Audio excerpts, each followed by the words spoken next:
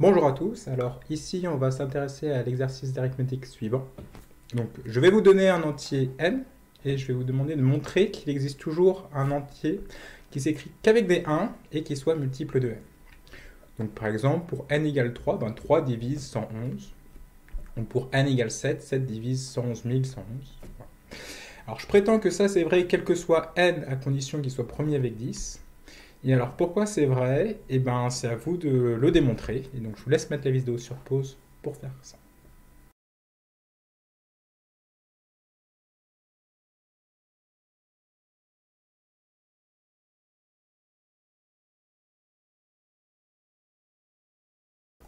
Alors en fait la solution est assez courte et astucieuse, mais elle nécessite de connaître les modulos et surtout la notion d'ordre. Alors donc si cette notion n'est pas très claire pour vous, je vous conseille d'aller revoir les autres vidéos de la chaîne sur ce sujet.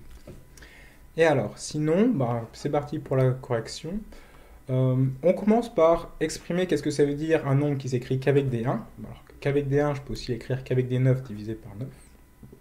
Donc là, on reconnaît quelque chose de la forme 10 puissance k moins 1.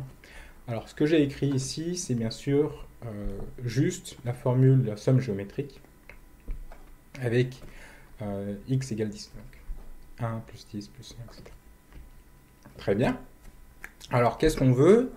On veut un k tel que m divise ce nombre-ci, et donc je peux multiplier par 9, donc c'est la même chose que de demander est-ce que 9 fois n divise 10 puissance k moins 1. Ça serait écrit avec les modulos.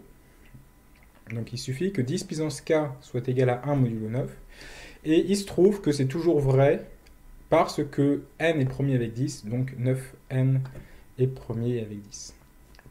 Et donc il existe toujours un tel cas. Alors voilà, ça termine l'exercice, mais pour ceux pour qui cet énoncé n'est pas complètement clair, je vais faire un petit rappel théorique. Donc première preuve de cet énoncé, on peut utiliser le principe des tiroirs. Donc parce que 9n est fini, donc je vais pouvoir trouver des cas, donc si je les prends suffisamment grands, qui vont donner la même valeur. Et parce que 10 est premier avec 9n, il est inversible, donc je peux faire passer le 10 puissance k de l'autre côté. Et j'obtiens bien un nombre, et que 10 puissance ce nombre égale 1 modulo 9. Première preuve. Alors si vous avez suivi le cours sur l'ordre, en fait, le cas, vous pouvez juste le choisir, qui est l'ordre de 10 modulo n, donc c'est exactement la définition. Et pour les plus avancés, je peux peut-être rappeler le théorème de L'Aire, qui vous donne en fait un tel cas, qui est simplement la fonction indicatrice de L'Aire, qui donne une solution possible. Voilà, j'espère que l'exercice vous a plu et à très bientôt.